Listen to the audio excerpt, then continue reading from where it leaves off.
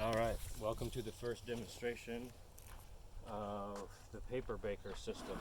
We're going to call it a system because I don't even know if I'm going to use the barrel anymore. I think I found a better way. But key points are everything, all your tools and everything should fit in here, besides the barrel and drying rack, obviously. But everything that you should need, the pans, the drills, the drill bits, your wrench you're going to need. One drill will definitely be enough. I use the same size drill bit to make all the holes in my drying rack, and then I used a different size drill bit to make all the holes in my pan, just because I didn't want that big of a hole because material would actually go through it. These seem to be good. I started too small and it wasn't letting enough water out, but these are pretty good. I think that's a 1/4 inch, maybe 3/8 size drill bit. Even the screws to assemble the drying rack fit in here. I got an extra wrench. This is an idea that I might incorporate later if I find some bread pans with a bigger lip. These things could go on both sides and act as another tighten down. Wire brush for cleaning up. It's just paper and water though. It's never really gets too messy. I mean, it does get messy. It gets really, really messy, but all it is paper and water. So it's not like it's sticky or anything. Here's the mix that you need, mixer. There's a lot of different types of these. There's some with like really sharp edges. I went for like the kind of in between. It's not sharp, but it is thin. It seems to do the trick. We're gonna do some heavy cardboard too. As soon as I get what's in here out, we're gonna start another batch. But then a wrench to tighten down the nuts on there. And then, wait, I don't need the drill anymore. There's lots of extra room in there actually. You can put a lot more stuff in there, or bricks once they're finally made. And this doesn't fit as it is, but this is the same size all the way up. You could like cut it off, and it would still be the same size, and it would fit in the tote. But real quick, this is the procedure for one brick. In here is some extra dry. It's been out in the sun for a couple of days, but it's still really wet. If I squeeze it, there's still gonna be water coming out of it. See?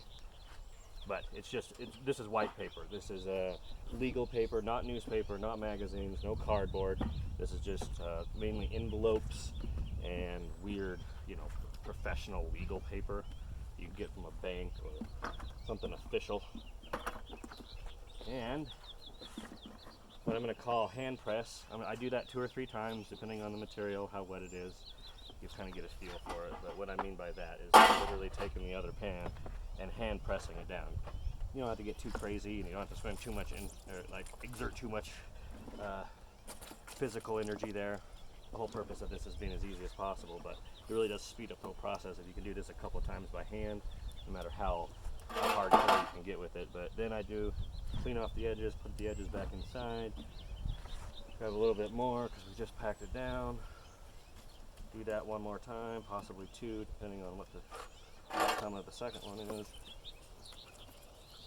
I really don't think I'm going to get much out of a third one, but what I will do is clean up the edges, put those back in, and then we'll go for the hardcore lockdown. You know what, maybe a little bit. In the corners seem to compress better. I don't know what the deal, or maybe they're just filling void, dead space in there somewhere. But then we'll get the bolts out and do it the easy way.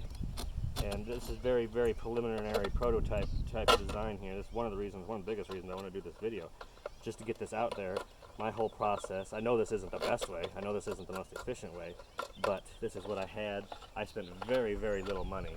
The only thing I spent money on was that tote and the mixer for the drill, and I don't think that I've got more than $15 into it altogether. Actually, I think the tote was like $5, and the mixer was $7.99. And you don't need that. I actually thought about going and finding a scrap piece of metal, some rebar or something, or anything that would look like it could, fit into a drill on one end, and then mix the crap out of wet soaked paper and cardboard on the other. Definitely could fabricate something like that, as long as it just fit into your drill and it wasn't too heavy and did harm to your drill. So anyway, do as much as I can.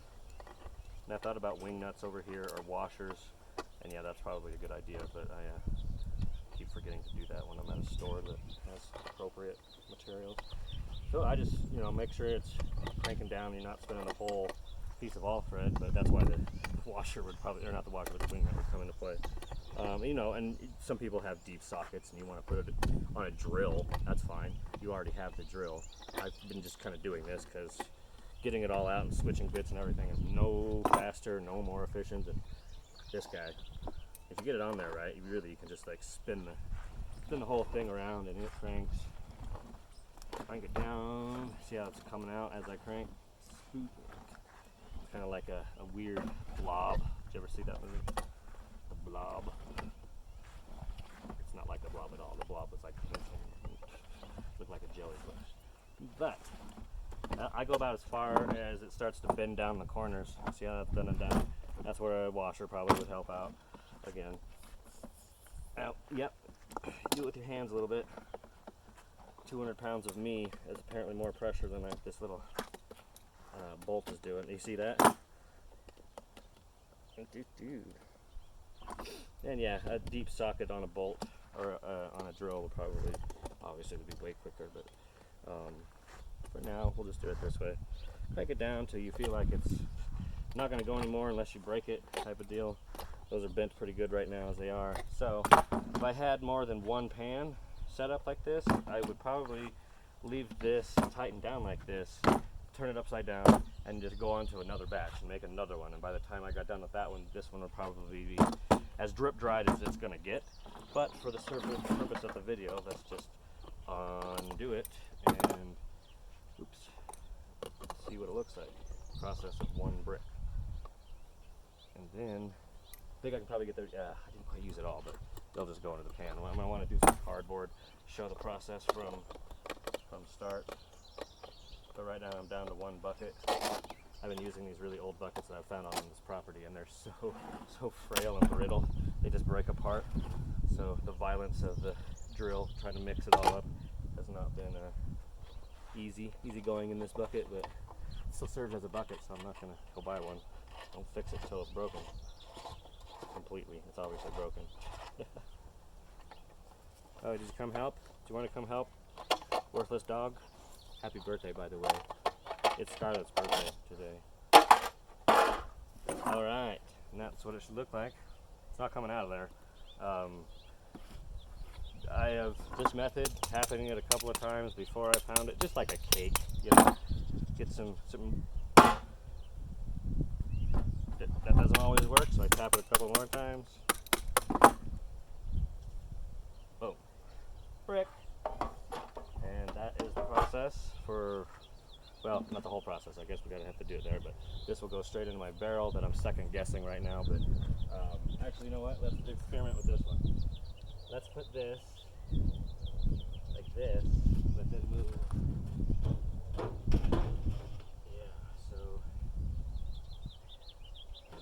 Over the black, still airflow. What my thinking is that this barrel is proving to be not worth the squeeze, if you will. It doesn't get as hot as I thought it was going to get in there without me sealing it off. And if I seal it off, all that does is create a steam bath that will never let anything dry. So what I'm doing is going to try get a couple more pieces of roofing tin and basically make, you know, those people that sit at the beach or at the pool with those like things they're trying to, I don't know, tan their face with. Basically one of those, but much bigger. Like the middle size would be the size of that piece of tin. It would be about 3 feet wide. I'd hope to get about 20 bricks on it at a batch, I guess. And then that one would be reflective. No. The bottom one would be black, painted black. That's where the bricks would go. And then the two sides would be the reflective tin or aluminum or whatever. So it's basically creating an actual solar oven to bake the bricks. It's still called the PaperBaker, but it's just not going to be called. It's just not going to be in the what do you want to call it, barrel? An actual oven. It's going to be a different kind of oven. So anyway, where did I put the bucket? Back to this. Some cardboard you don't need to do anything with. Cereal boxes. You know, that's about all I do. Get them in the bucket. Once you get them small enough to not have to stuff down in the bucket is where you want to be. This is just kind of an example. This stuff I got all over the place. This is some people's personal recycling that they gave to me. Some of this I found in the dumpster. Some of it is obviously somebody's old homework. That's pretty funny. But mostly cardboard. get different kinds of cardboard. I'm doing a mixed, and I don't think it really matters if you're going to do, if you want to be that like picky and only do a bucket of say like dry, you know, not but dry, by dry I mean not glossy, like shipping cardboard, that's fine. You know, I don't, once it's all gonna be burnt, I guess if you were like, I don't know, making these for somebody else that was wanting to be really hardcore about not burning, you know, a little like the wax and stuff that's on paper cups and whatnot, I am not worried about that at all. The alternative is what? To put it in a trash can that'll end up in a landfill where it will sit for hundreds of thousands of years. I mean, maybe not the particular cup, but what I'm doing is far less damaging. I'm literally recycling it on my own without any other resources, and then all I'm going to do is burn it. Burning something like that actually is, if you wanted to do the hardcore math, you could burn your own personal trash if it was legal where you were, and you would be impacting the climate less than putting it in a plastic bag and having a dump truck come and get it once a week and then putting it in a landfill where it'll sit for, you know, however long. It isn't pretty when you burn trash, burn your own trash, burning plastics and whatnot. I don't burn my own plastics. I burn a lot of stuff out here, but not like hardcore plastic packaging. I don't have a way to clean up after that. But it's actually it doesn't sound like it, but do the math. The emissions that go up in that one-time fire where it gets rid of it, it's not going to be impacting anything else or ecosystems or whatever for many years to come. It's gone, taken care of, and you don't have to deal with it. Yeah, it's kind of dirty all at once. I'm going to put some water in here, get it going. And it stinks, but it stinks a lot less than putting it in the landfill and smelling it and killing life systems and ecosystems. Man, we got a little bit of everything. That's fun. Crafts. Yeah, a yarn. I'll burn yarn. I guess what I'm getting at is it's not 6 of one, half of a dozen of the other. It's definitely 7 of one and 5 of the other. Burning it is nasty, and you don't want to do it. You don't want to inhale it. You want to get away as far as possible. That's why there's a floating barge of trash off the coast of Manhattan. Has been for many years. And they burn it out there. The Earth is a resilient entity, if you would.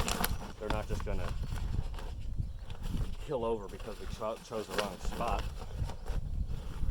or have another mass extinction. I think I lost water pressure somewhere. Don't use 30-year-old buckets. These things are so brittle.